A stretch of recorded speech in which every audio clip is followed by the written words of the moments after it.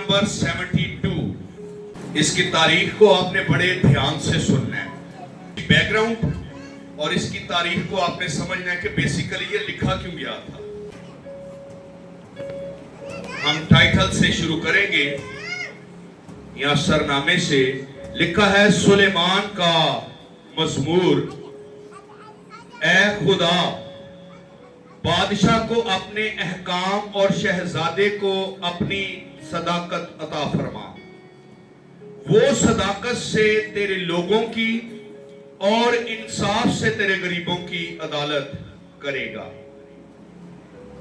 ان لوگوں کے لیے پہاڑوں سے سلامتی کے اور پہاڑیوں سے صداقت کے پھل پیدا ہوں گے.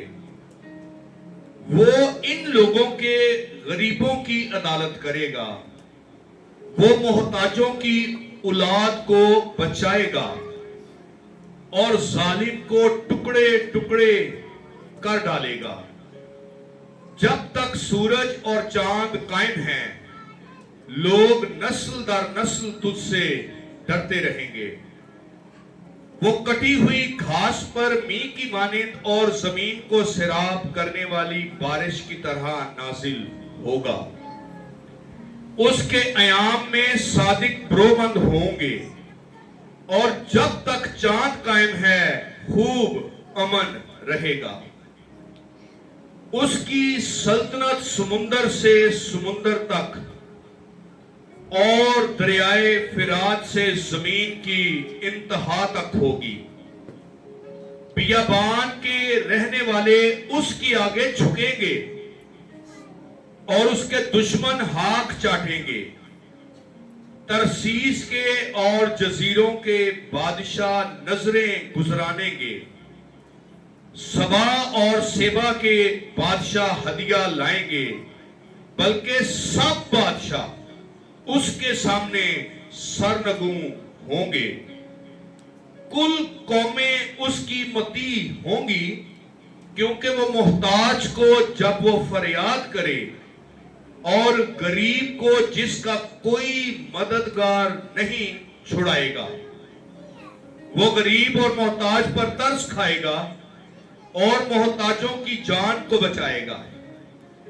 وہ فدیہ دے کر ان کی جان کو ظلم اور جبر سے چھڑائے گا اور ان کا خون اس کی نظر میں بیش قیمت ہوگا. وہ جیتے رہیں گے اور سبا کا سونا اس کو دیا جائے گا.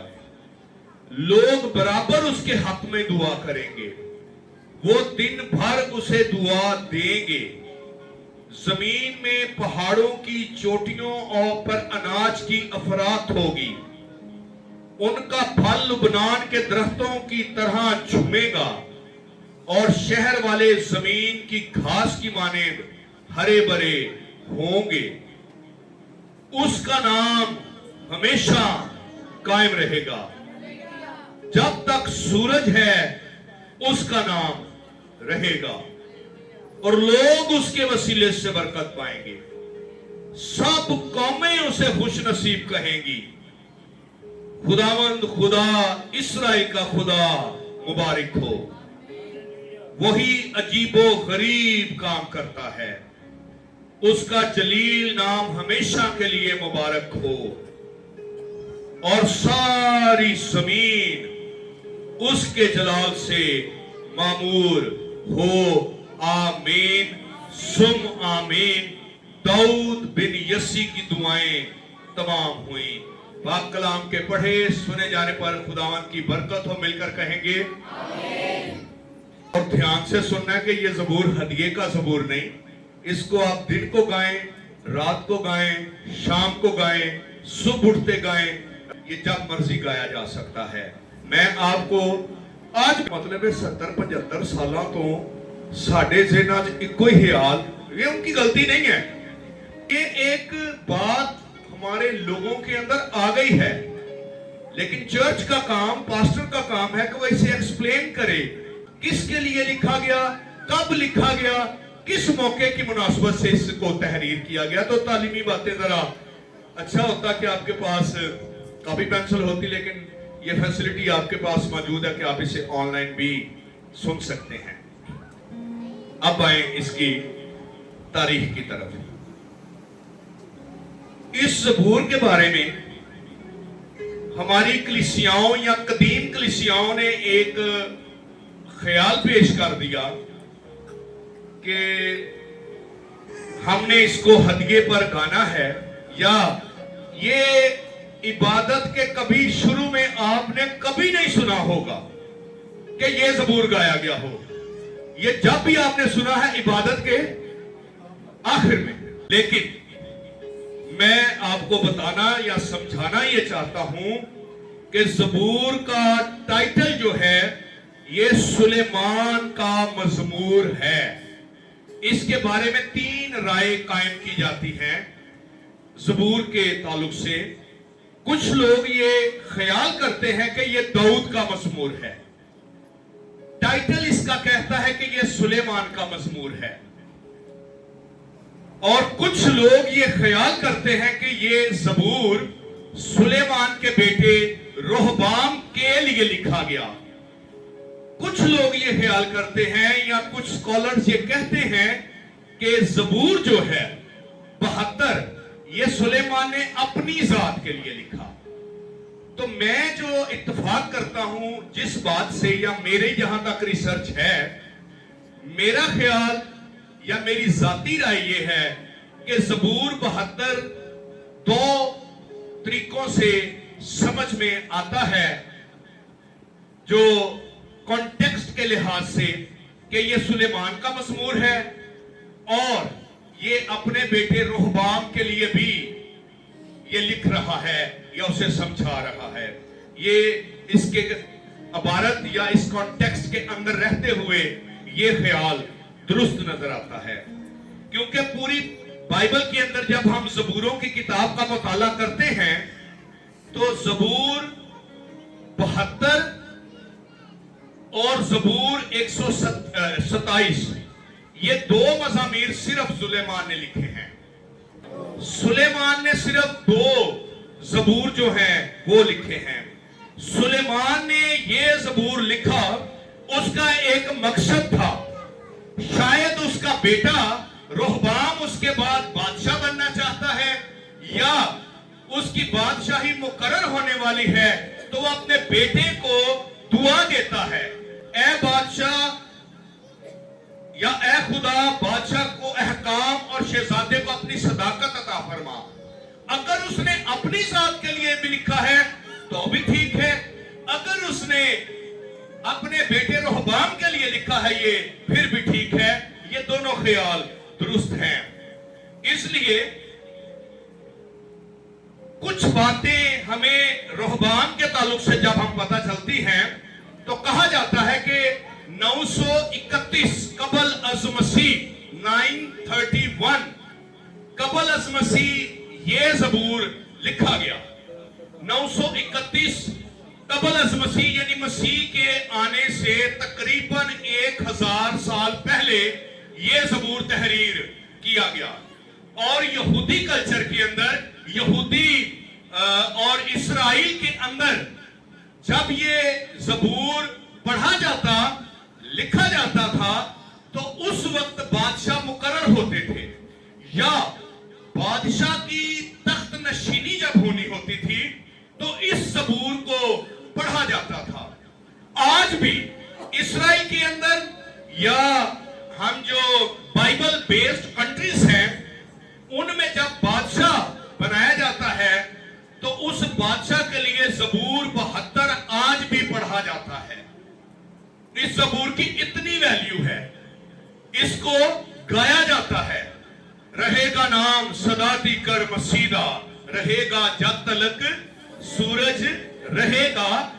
ہم اس میں میچور ہوں، اس بات کو سمجھے کہ زبور 72 سلیمان بادشاہ نے لکھا ہے تو بھی ٹھیک ہے، اگر اس نے اپنے بیٹے کے لیے لکھا ہے تو بھی ٹھیک ہے. مگر جب ہم زبور 72 کی مزید ریسرچ میں جائیں تو کہا جاتا ہے، اب اس بات کو آپ نے غور سے سننا ہے، سکپ نہیں کرنا. 931 میں اس زبور کو تحریر کیا گیا یہ دور وہ تھا جس میں سلیمان بادشاہ کی زندگی کا اور بادشاہت کا اختتام جاری تھا، اور اس کے بعد اس کے بیٹے رہبام نے آ کر تخت نشین ہونا تھا۔ سمجھ میں آئی یہ بات؟ 931 میں جب یہ زبور لکھا جا رہا ہے تو یہ سلیمان بادشاہ کی زندگی کا بھی اختتام تھا اور اس کی بادشاہی کا بھی اختتام نزدیک تر ہے۔ اس کے بعد اس کے بیٹے کے لیے تخت نشینی کا کام یا سلسلہ جاری ہونا ہے۔ اس لیے اگر رہبام کے لیے بھی لکھا گیا ہے تو بھی اس میں کوئی شک نہیں کہ وہ اپنے بیٹے کو دعا دے سکتا ہے، اور باپ کی دعا دی جاتی تھی، بادشاہوں کے لیے پرے کی جاتی تھی جب اسے تخت نشینی کے لیے پیش کیا جاتا تھا۔ جیسے ہم نے کسی کو پاسٹر بنانا ہو تو اس کی آرڈینیشن کی جاتی ہے، آرڈینیشن کی جاتی ہے نا، لیکن بادشاہ بنانے کے لیے ایک ٹرم اور یوز کی جاتی ہے۔ کسی بادشاہ کی تخت نشینی کے لیے اس عبادت کا اہتمام کرنا بائبل بیسڈ کنٹریز کے اندر کہ زبور 72 کو اس سروس میں گایا جائے یا پڑھا جائے، پھر اسرائیل کا بادشاہ منتخب ہوتا تھا۔ آپ اندازہ لگائیں کہ یہودیہ یا اسرائیل کے اندر بادشاہ کی تقرری کا پہلا جو حصہ ہوتا تھا وہ زبور 72 ہوتا تھا۔ آج تھوڑی سمجھ آ رہی ہے؟ کہتے ہیں یہ تو بالکل ہٹ کے ہوئے، یہ بادشاہ کے لیے دعا ہے۔ سلیمان کا مزمور یہ کسی بادشاہ کی تقرری کے لیے یہ التجا ہے، اس کی تخت نشینی ہونی ہے۔ اب میں یہ خیال کر رہا تھا کہ جو عبارتیں اس میں لکھی گئی ہیں، غور سے سنیے گا کہ زبور 72 کا معیار جو ہے اس میں نہ سلیمان فٹ آتا ہے نہ اس میں رہبام فٹ آتا ہے۔ اس کی سلطنت سلیمان بادشاہ کی سلطنت تو خیال کیا جاتا ہے اس وقت کے دور میں سکندر اعظم سے بھی کم کی سلطنت تھی، سکندر اعظم کی زیادہ سلطنت تھی۔ تو یہ جو عبارتیں ہیں 20 آیات ہیں، ان میں کہیں بھی سلیمان فٹ نہیں بیٹھ رہا کہ قومیں اس کی مطیع ہوں گی، بھائی نہیں ہوئی، اس کا نام رہتی دنیا تک رہے گا، نہیں فٹ ہوا۔ رہبام کو پڑھیں تو اس کی لائف میں کمیاں، اس کی لائف کے اندر جو ہے وہ جنگیں، کئی دفعہ شکستیں، ہار، لوگوں کی ہمیشہ کے لیے مدد وہ نہیں کر سکتا۔ تو میں یہ سمجھتا ہوں this is prophetic psalm، یہ ایک نبوتی کلام ہے، اور یہ کبھی بھی کوئی اس کے معیار کے اوپر اتر نہیں سکتا کہ جب تک سورج چاند رہے گا اس کا نام قائم رہے گا۔ میرے خیال کے مطابق یا میں جہاں تک سمجھتا ہوں کہ اگر زبور 72 کسی شخصیت پر فٹ ہوتا ہے تو وہ خدا کا بیٹا یسوع مسیح ناصری ہے، رہے گا نام سدا تیکر مسیدہ، رہے گا جب تک سورج رہے گا۔ تو یہ تو یسوع مسیح کے لیے ہم کہہ سکتے ہیں ایک نبوتی پروفیٹک سام ہے جس کو ہم گاتے ہیں۔ اس کانٹیکسٹ کے اندر جو کچھ معیار ہے، لیول ہے، وہ تو کوئی اور ہی ہے جس کو ہمیں سمجھنا ہے۔ پہلے ذہن نشین کر لیں، بعد میں آپ نے کہنا بھی سکپ ہو گیا ہے۔ زبور 72 ڈائریکٹ نئے عہد نامے میں کوڈ نہیں ہوا، یہ یاد رکھنا ہے کسی بھی جگہ۔ اب ہمیں یہ سوچنا پڑے گا اگر کوڈ نہیں ہوا تو پھر یہ مسیح کے ساتھ کیسے کنیکٹڈ ہے؟ سنیے، زبور 72 نئے عہد نامے میں مسیح کے ساتھ ڈائریکٹ کسی نے کوڈ نہیں کیا یا کوڈ ہوا نہیں ہے، تو پھر ہم کیسے سمجھیں کہ زبور 72 مسیح کے لیے ہے؟ اس کا راز یہ ہے، اس کا مکاشفہ یہ ہے، بھید یہ ہے کہ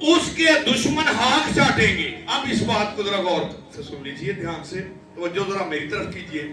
اس کے دشمن, سلیمان کے بادشاہ خلاف تو کوئی ایسا دشمن نہیں تھا جس نے ہاک چاٹی ہو.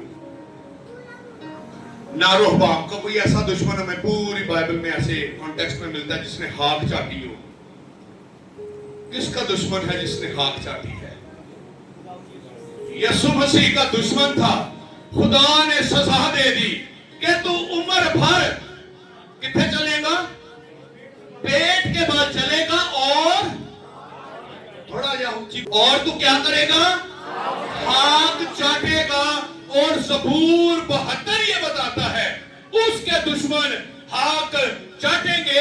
اور یہ کوئی خیال ہی نہیں, یہ کوئی ناول نہیں ہے, یہ کوئی صرف تاریخ نہیں ہے, یہ حقیقت ہے کہ یسوع مسیح نے اسے ہاک چٹوا دی تھی, کیونکہ اس کے سر کو اس نے اپنی ایڑی کے ساتھ کچل دیا اور اس کے سارے منصوبے فیل کر دیے. اس کے دشمن ہاک چاٹیں گے. ہاللیلویا, ہاللیلویا, ہاللیلویا. اس کے دشمن ہاک چاٹیں گے. اور یاد رکھیے, جتنے آج بھی یسوع کے مخالف ہیں, کلام کہتا ہے اس کے دشمن ہاتھ چاٹیں گے. انج ہوئے گا جی. جتنے یسوع مسیح کے خلاف ہیں, کلام کہتا ہے, زبور 72, میں تو نہیں کہہ رہا, اور اس کے دشمن ہاتھ چاٹیں گے. ترسیس آج کا موجودہ اسپین ہے, اور جزیروں کے بادشاہ نظریں گزرانیں گے. لو آگے چلنی یاد, آ گیا یسوع مسیح دا گھر یاد. کتنے بادشاہ؟ کئی بادشاہ. سونا, مور, لبان. وہاں پہ تو صرف سبا کی ملکہ کی بات ہو رہی ہے. یہاں کلام کہہ رہا ہے کہ بادشاہ اس کو نظر گزرانیں گے. اور یہ بھی ہم نے نئے عہد نامے میں ہوتے ہوئے دیکھا ہے. آمین. لکھا ہے سبا اور سبا کے بادشاہ ہدیے لائیں گے, اور یہ ہم نے نئے عہد نامہ میں اس کی تکمیل ہوتے ہوئے دیکھی ہے, پڑھی ہے, سنی ہے. آمین. سمجھ آ رہی ہے زبور 72 کی کیوں لکھا گیا؟ یہ مسیح کے لیے نبوتی کلام لکھا گیا. آگے آ جائیں. بلکہ سب بادشاہ, کتنے؟ کیا کریں گے؟ اے سارے سلیمان اگے بھی نہیں جھکے, نہ رہبام اگے جھکے, نہ اسکندر اعظم اگے جھکے, نہ کسی اور اگے نہ متھا ٹیکیا. لیکن کلام نبوتی طور پہ ہمیں یہ بتا رہا ہے بلکہ سب بادشاہ اس کے سامنے سرنگو ہوں گے. اور یہ 100% ہے کہ دنیا کے اندر جتنے بادشاہ آ جائیں, ایک کے آگے جھکنا پڑے گا, اور وہ یسوع مسیح ناصری ہے. ہاللیلویا.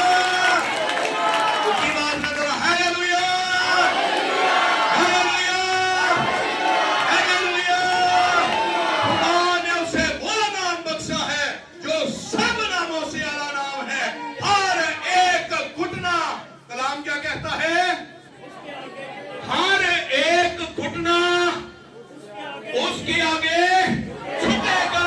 یہ 100% ہے. ہم اس یسوع کی منادی کرتے ہیں. ہاللیلویا. زبور 72 سمجھ آ رہی ہے. مگر یہ زبور تو ہدیوں سے کہیں بڑھ کر ہے کہ بادشاہ اس کے سامنے سرنگو ہوں گے. آمین. ایک تے بادشاہی سمجھ لو, اس وقت کا جرنیل سی پینتوس پیلاتوس, کہتا ہے میں اس راست باز میں کوئی گناہ بادشاہوں دے منہ چوں بھی نکل آیا, جرنیلاں دے منہ چوں نکل آیا کہ میں اس راست باز دے ہوں تو بریاں. بادشاہ اقرار کرنے پہ مجبور ہو جائیں گے کہ ایک ہی بادشاہ ہے, اور وہ یسوع مسیح ہے. ملکہ الزبتھ کے بارے میں کہا جاتا ہے. کس ملک کی ملکہ؟ برطانیہ, انگلینڈ. یہ داؤد بادشاہ کی کہا جاتا ہے یہ اس لڑی میں سے آ رہی ہے, ملکہ الزبتھ. ایک سٹیٹمنٹ ملکہ الزبتھ نے یہ دی, اور ایک دن کہتی ہے